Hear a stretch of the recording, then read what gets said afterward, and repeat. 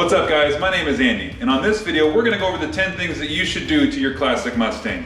For the past year you've probably been following along as I've upgraded and replaced various parts on the car, and we're going to go over the list and show you why I chose those things, why they're on the list, and maybe what you can do in your car to get you set up. So let's get started. Alright, the first item on my list is something that I think everybody should go after unless you're going after a numbers matching original car, you don't want to do anything but the OEM parts. I think you should go after the brake master cylinder as the first thing that you guys check out on your car. Most of these cars came with a single bowl master cylinder, and what that means is the front and rear brakes are all off of one system. So if you lose brake pressure, you get a drum system or disc system if you have that in your car, or you get a hole in your line or whatever it is. If anything happens to any one of the 4 brakes on your car, all 4 brakes go out, and then you're not able to stop the car. You'd have to rely on the parking brake, which is not something you want to do. So by going to a dual bowl system, what you're doing is you're separating the front from the rear. So if something happens to the front, you've got the rear. Something happens to the rear, you've got the front. And this is just a safety measure that I recommend. This was one of the first things I did on my last Mustang that I had. I had another 66 Mustang before this one. And then this one was one of the first things I did was get this thing upgraded to a dual bowl. Again, unless you're going after that original car that was from the factory the way it was, I recommend the first thing that you do, or one of the first things you do, is replace the master cylinder on your car. The next item on the list are the disc brakes. Actually, let's go ahead and take the wheel off and then we can talk about the brakes.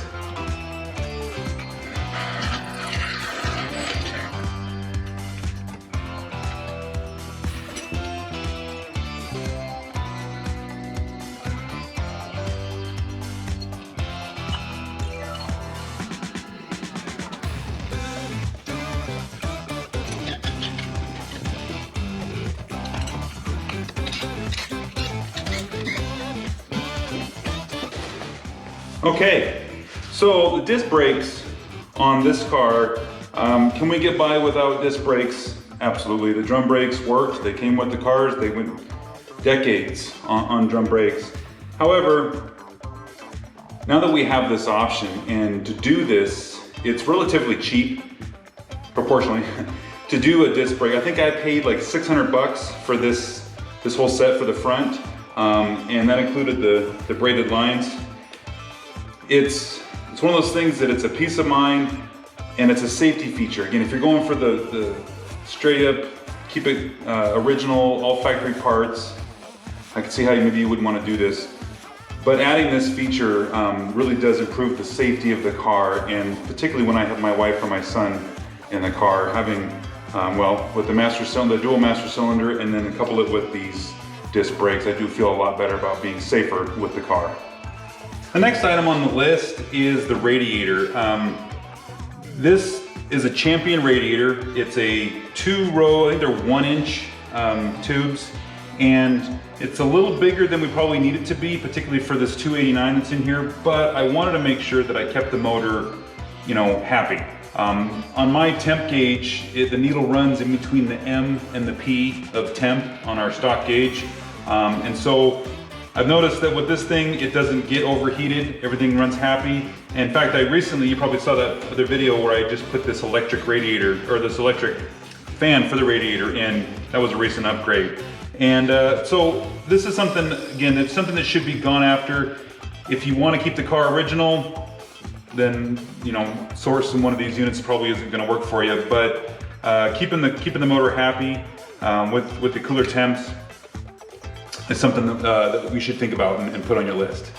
Number 4 on the list is going to be the lighting, and we're going to kind of group the tail lights, the reverse lights, the blinkers, the headlights, even the dash lights, kind of all in the same category. You guys have probably seen that I have upgraded these lights to the LED lights with the sequential blinking. I like that pattern. I think it's kind of fun to see that. And I've also upgraded the reverse lights in here to LED lights, so they're much brighter and easier to see. On the front, I haven't done anything with the headlights yet, but I've been looking forward, maybe, I don't know if I can do some sort of projector beam headlight without really changing the look of the front of the car, so I'm kind of at odds with that right now. But the last one is the interior lights, the dash lights. Let's look at those real quick. This one's gonna be a little more difficult to show. On the camera here, I'm looking at the screen and it's kind of hard to, you can't really see. You can see the lights right here, you can see some light right there. But these dash lights are brighter than what was in the car before, and that's important when you're driving at night. I wanna be able to see my gauges. So you probably remember watching an earlier video where I'd struggled, I think 3 times trying to upgrade the bulbs inside the dash until I finally found a set that worked. SuperBrightLEDs.com had the perfect bulbs for my car and they worked great, and they've been working great for me, so I'm happy with them. The next item on the list is the wiring. And so far in the engine bay, there really isn't much to do with respect to wiring, at least on my car. But some of you guys, your cars, you may have coil wires or temperature wires or battery wires or something kind of strewn all over the place. Some of them, like on my car, there's quite a bit of loom that's protecting them and putting them all together, which is great. That makes it easy for organizing stuff. I do kind of have a rat's nest of wiring over here for these relays. One relay for the electric choke and one relay for the electric fan. I could consolidate that stuff, and I think I would like to do that in the near future. But cleaning up the wiring so that you can find things and trace things, and if you have an electrical problem, when your wires aren't, you know, all crisscross and going every which direction, it's easier to find out when there is an electrical problem and you can chase it down. Also, look underneath the dash is another place. The wiring underneath my dash has been a kind of a bane of my existence. I've had a lot of problems with wiring and stuff. I've had to replace things. I've found wires that didn't go anywhere that were just sitting in here. I've tried to clean it up as I go, but really, I still have some work to do with the wiring on this car and getting everything kind of dialed in and clean it up so that it's serviceable and usable and not something that I'm gonna get, you know, in trouble with catching my foot on or something like that. This next item is more for fun than anything, but this console, there are different styles out there, you know, with cup holders that are in a row or no cup holders, a large one, a small one. Anything like this, I mean, I think it was like 75 bucks. This is a cheap upgrade. I like having something to rest my arm on, especially, you know, when you're shifting and stuff. You get used to it in current cars, and not having something like this in old classic cars is difficult. In fact, I had the same exact console on my last Mustang because I liked it so much. Just a simple pocket inside there, put a couple of sodas up here, you're good to go. Number 7 on my list is the intake header and exhaust. This is something that some people will do it all at once. Some people will just leave the stock manifold on there and do an upgraded carburetor. This is one of those ones where I don't know what the performance gains are for these. It's gonna vary from the motor size and the size of the tubes on your headers and your exhaust. I mean, it could be anywhere from 5 horsepower to 20 or 30 horsepower, depending on what you do. And then of course, if you add cams and stuff like that, that changes it. But for these easy bolt-on units, they're relatively cheap. You can put them on yourself, and it's a quick power gain and it's a quick sound change for your car. On my car, I just have a Edelbrock 1406. I've got this weigh-in intake, and I believe it's the dual plane. I can't tell from here. And then I have those Summit Racing headers that I think are Hooker Competition remake kind of headers, the ceramic coated units. They hang on a little low, but they work great and they fit great. That's the important part. And then the exhaust, just those Flowmaster 40 series mufflers and H-pipe and stuff underneath the car. Pretty simple on this car, nothing crazy, nothing fancy, nothing too expensive, but I like it, and I like it where it's at. All right, number 8 on my list is the upgraded rear end. And the nice thing about this 8-inch is it's plenty strong enough for the power that I make on my car. I don't need to go to a 9-inch, I'm not doing anything crazy, but I can upgrade the internals and the put a limited slip differential in there. So what I did is I took the 280-to-1 gear ratio that was in there, I took those out, and I put in 355-to-1 and what's called traction lock. It's the Ford version of Posi, for those that are familiar with that term. And it's a limited slip differential, and it makes this car, instead of a one-wheel spinner, it makes it so both wheels spin. It's fantastic. Also, that upgraded gearing makes it perfect for that transmission that I had at the time. Now that I've got the T5 in here, the gearing is a little bit different. I probably need to go to 411s or maybe even on a 380s in here, but this is something I definitely recommend for somebody that's going to be looking to keep their car and not do something crazy with their power. Number 9 on the list is getting in the habit of servicing your car. because our cars tend to sit a lot longer, some of the seals and gaskets and stuff can dry out, particularly on these older cars, so you're going to want to drive the car if you can. That keeps things fresh, and the motor is happy when it's running. You know, 60 miles an hour going down the highway, everything's all warmed up, everything's good, the motor's happy.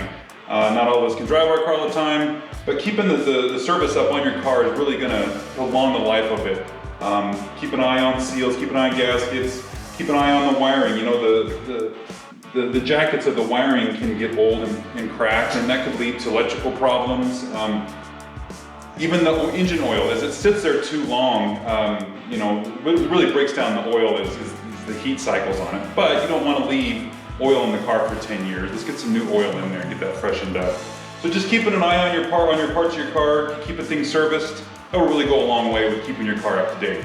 And then the last item that I've got for you is asking questions. You know, number 10 on my list. Go around and talk to people, ask questions, get to know somebody that knows about these cars.